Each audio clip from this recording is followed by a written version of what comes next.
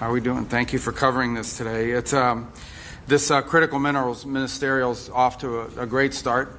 We have 55 partners that we're hoping to enter into collaboration with. Many have already signed on, and the goal here is very simple. We all understand that having a reliable global supply chains and critical minerals and processed and finished materials are critical to everything we do. As I pointed out in my opening statements to the group, and I think this is a broader mistake made by the industrialized and developed world, as we all sort of fell in love with the design of these things, but forgot that in order to design something, you have to be able to build it, and in order to build it, you have to have the fundamental materials necessary to make it with.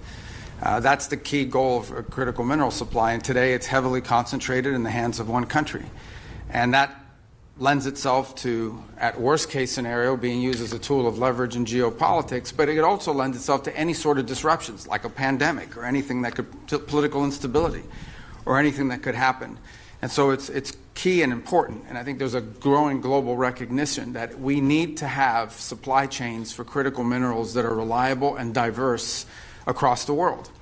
Some countries have a number of critical minerals that they have available to them in terms of mining, but just haven't been able to do it because a foreign competitor will come in, they'll gut the price, they'll undercut it through state subsidies and unfair practices, and so it becomes economically unviable to be able to explore for critical minerals. In other cases, it's the processing. Again, falls victim to the exact same thing. The private sector can't invest in these things because some competitor will come in and they'll basically do it under cost for purposes of establishing market share dominance. And then once they control that industry, and they're the only ones in the world that do it, then they can charge you anything they want, but they can also use it against you as leverage, or it could be disrupted if there's any sort of global disruption and so forth. And this is not a sustainable situation. So it's why we've made it a priority. First, we try to lead by example in what we've done here in the United States. And that includes permitting reform that makes it easier to go into this industry on the critical minerals we have here domestically. But also the creating demand, which is what the President announced yesterday by the announcement of a strategic stockpile of critical minerals. But we understand that this is a global challenge that requires a global response. And so we're working here today to create a forum for that to happen. And part of this is this new initiative, Forge, which we described earlier. We have a number of countries that have signed on to that, and many more that we hope will do so. That was our first session, was the launching of this Forge initiative. Let me just say I want to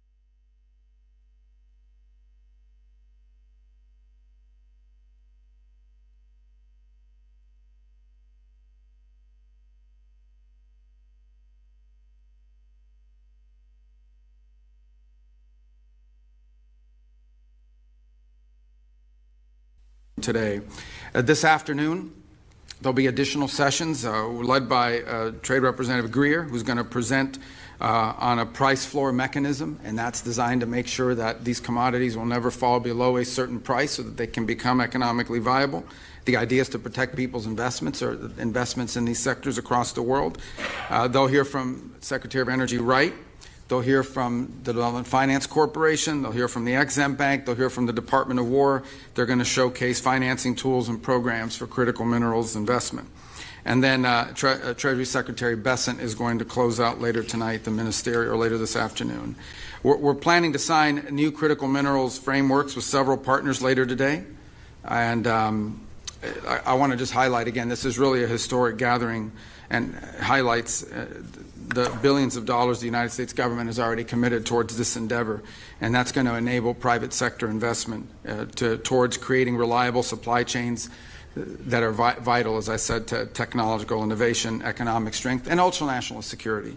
So we thank you again for covering this, and we're grateful for all of our partners that are here today. And as I said, 55 partners, 54 countries in the European Union were here.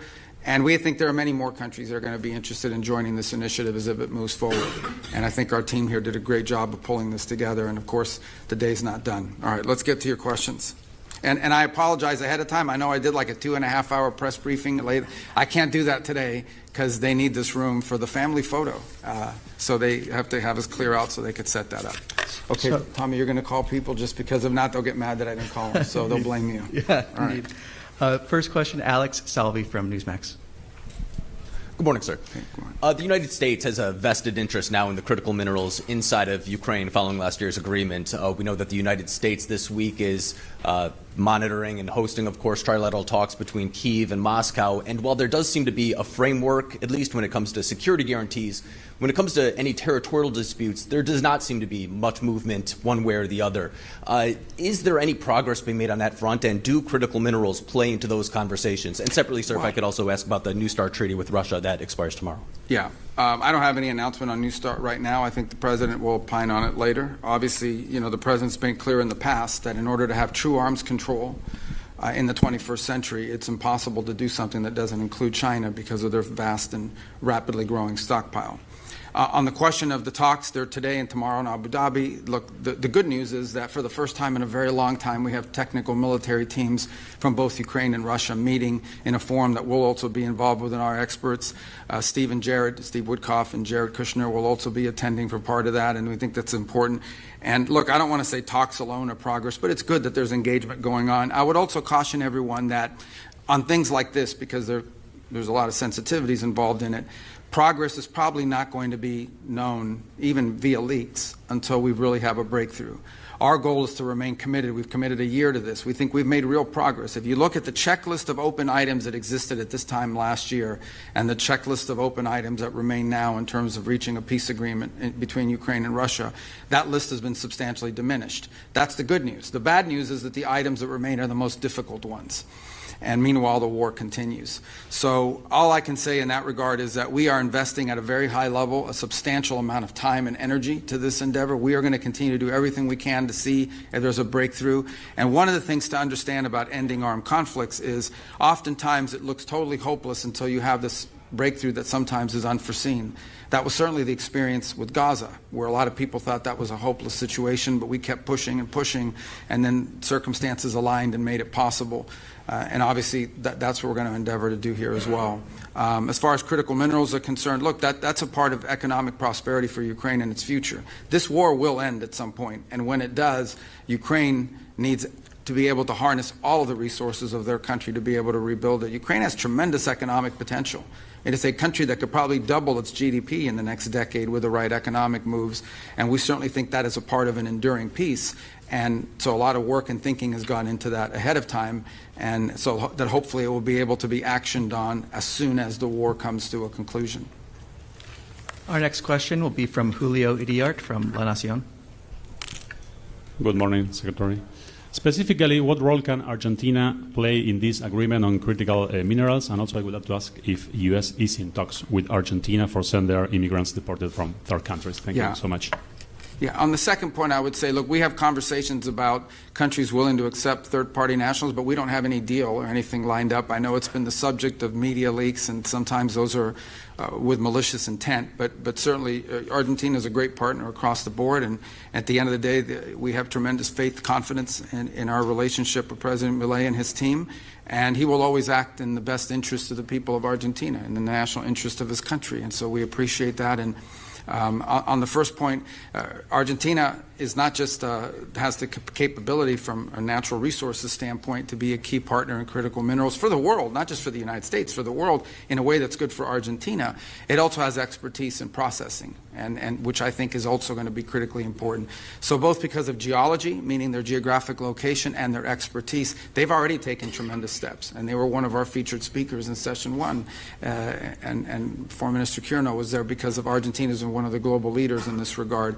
So both because of the resources available and because of the ability to invest and the expertise they have in the processing, I think Argentina is going to be a key partner for the world, not just for the United States, and certainly being located in the Western Hemisphere is of strategic value both to Argentina but obviously to the United States as well.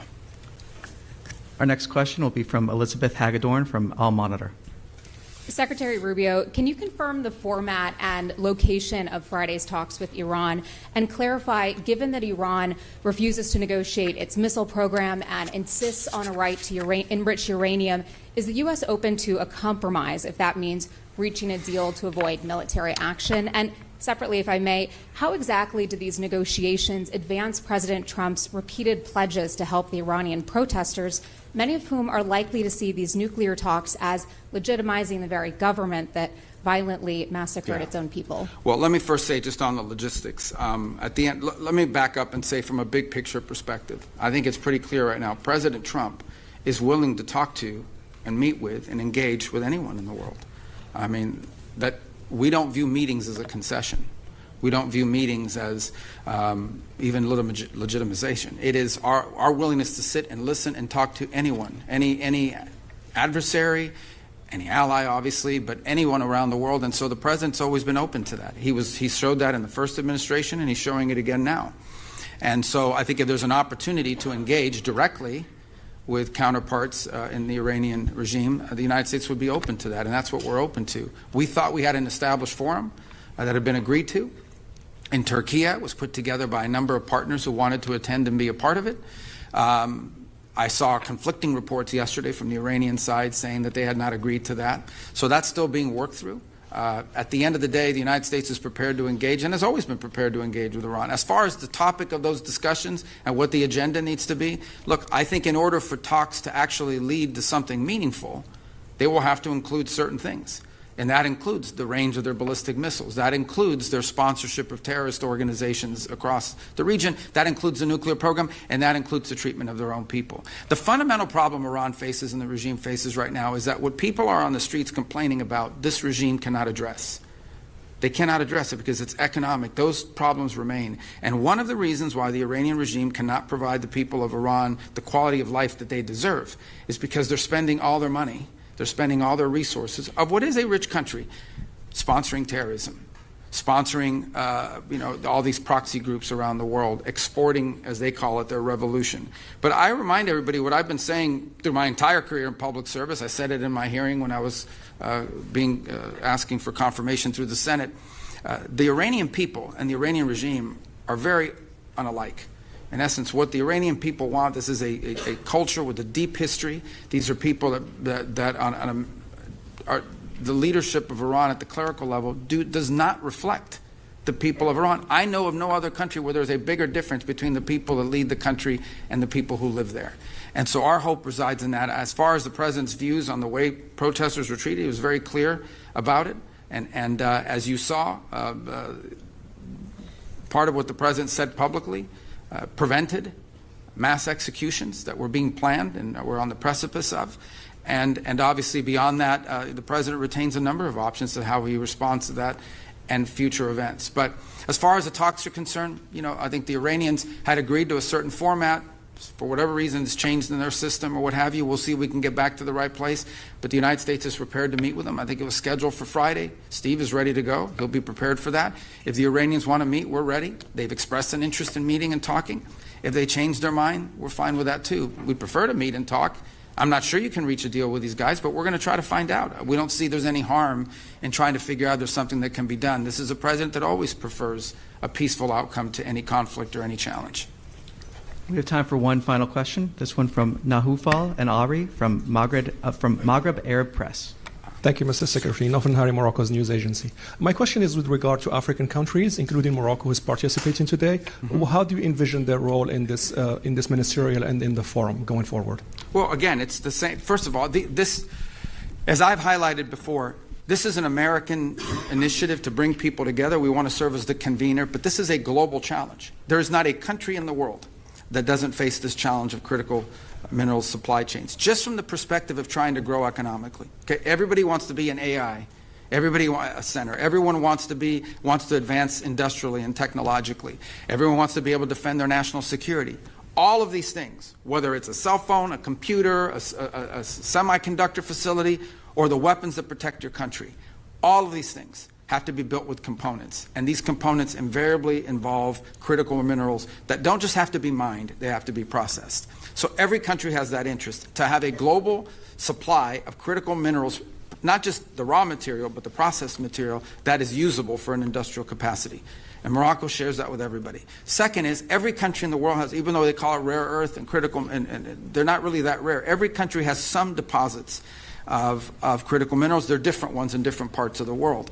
And so I think Morocco, like any country in the world, would want to be able to use those natural resources in an environmentally responsible way to develop its own economy. And not just the mining, but potentially moving to the processing as well.